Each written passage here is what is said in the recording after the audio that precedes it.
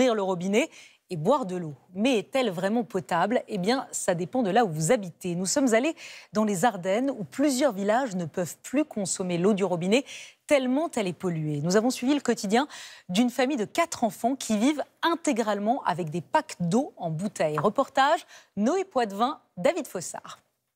Allez, vas-y, sors. Pour cette mère de 4 enfants, c'est une nouvelle contrainte de taille. Tu me files un coup de main, Léon, s'il te plaît. À chaque fois qu'elle fait ses courses, elle achète des packs d'eau.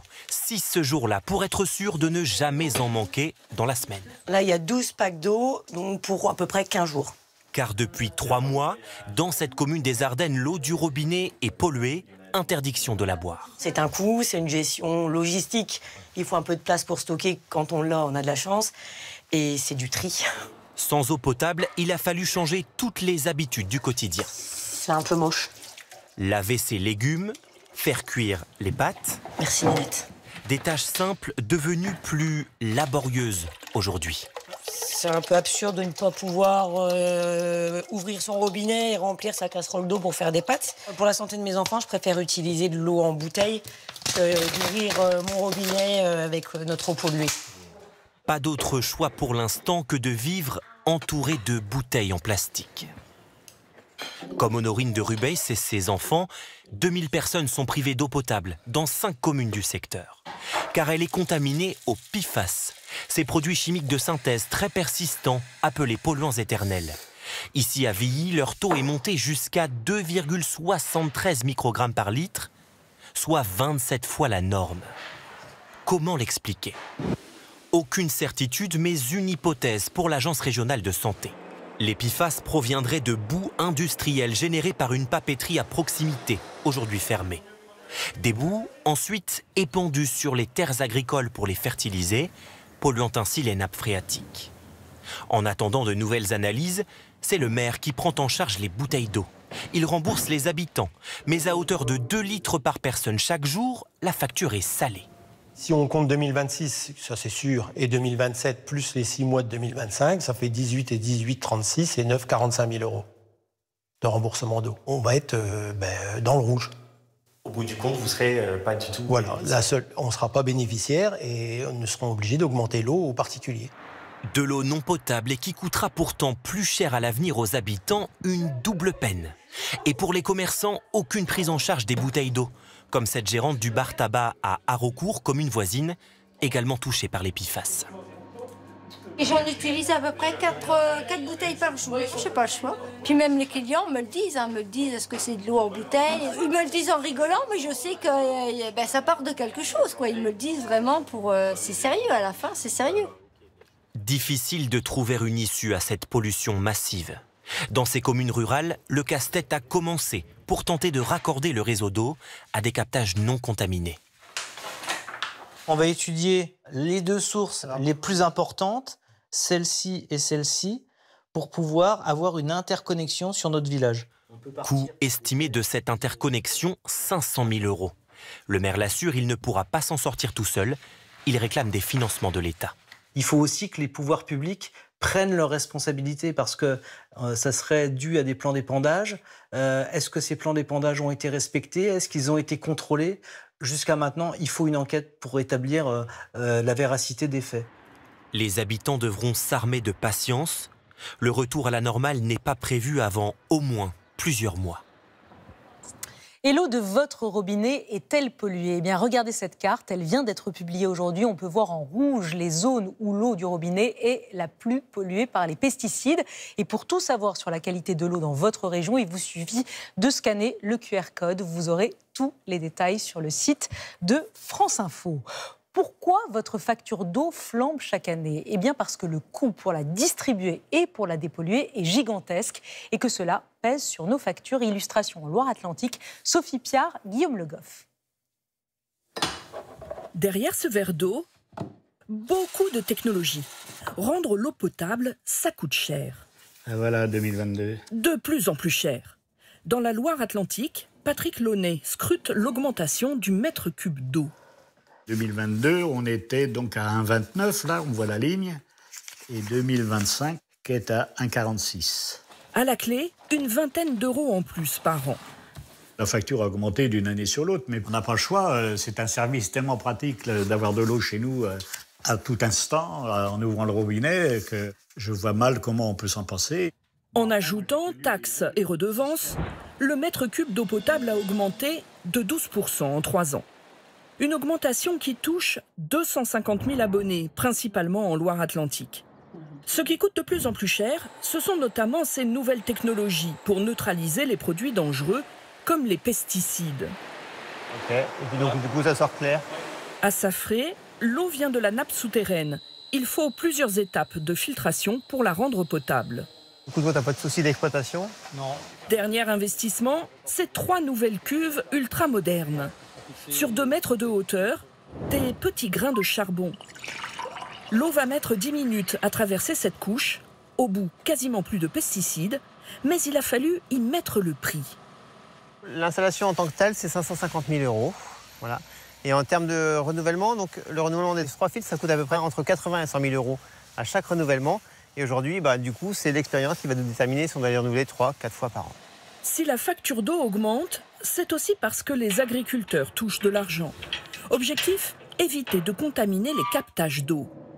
1,9 million d'euros sur 5 ans pour qu'ils utilisent moins de pesticides.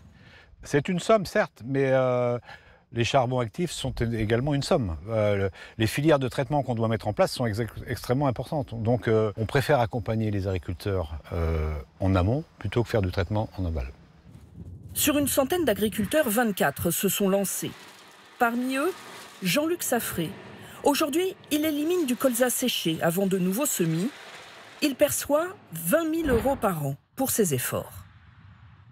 Je pourrais venir avec un pulvérisateur, avec un herbicide qui s'appelle le glyphosate, mais on fait le choix de le faire mécaniquement, ça nous coûte plus cher. Au pulvérisateur, je le ferai en une demi-heure, que là, je vais passer 3h30, 4h à faire le même champ, quoi.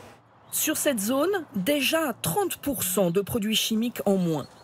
Les producteurs bio touchent également de l'argent. Benoît Gauthier n'utilise ni herbicide ni insecticide.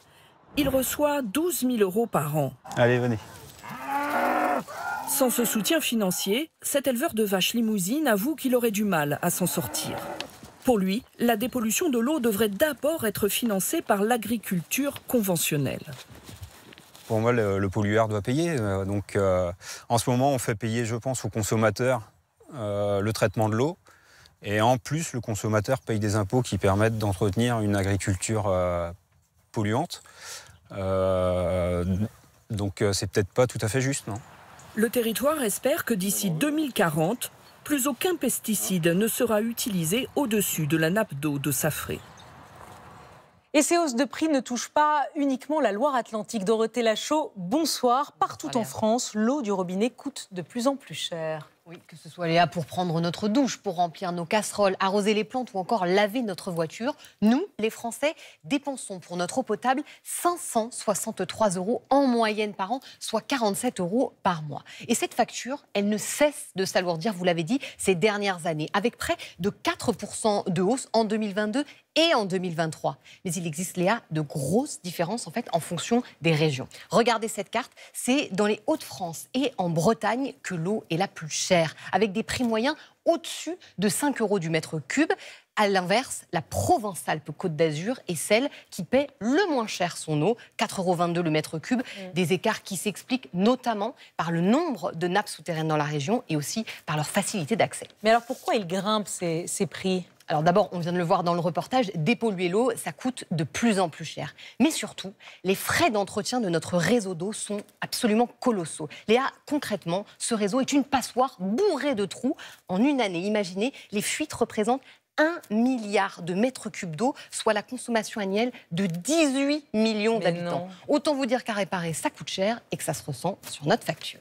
Merci à vous, Dorothée, c'était passionnant. Les agriculteurs, on les a vus, sont-ils condamnés à utiliser des pesticides ? Eh bien non, il y a des alternatives qui marchent, comme ces micro-algues qui tuent le mildiou, le champignon qui ravage les vignobles. Les micro-algues, c'est bon pour la vigne et c'est bon pour la planète. David Bazier et Marie-Pierre Cassignard. Dans cette parcelle du Bordelais, des vendangeurs pas comme les autres. Une équipe de scientifiques venus tester leur découverte. une algue marine qui a de puissants effets sur la vigne. On est l'équipe de recherche et développement, mais c'est intéressant de voir les résultats concrets. Cette algue naturelle serait aussi efficace que les pesticides chimiques contre le mildiou, le champignon qui s'attaque à la vigne. Eh ben, ma foi, ils sont pas mal. Elles sont quand même épargnées par le mildiou cette année. Ouais.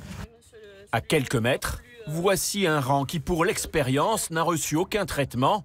Les grappes sont ravagées par le mildiou.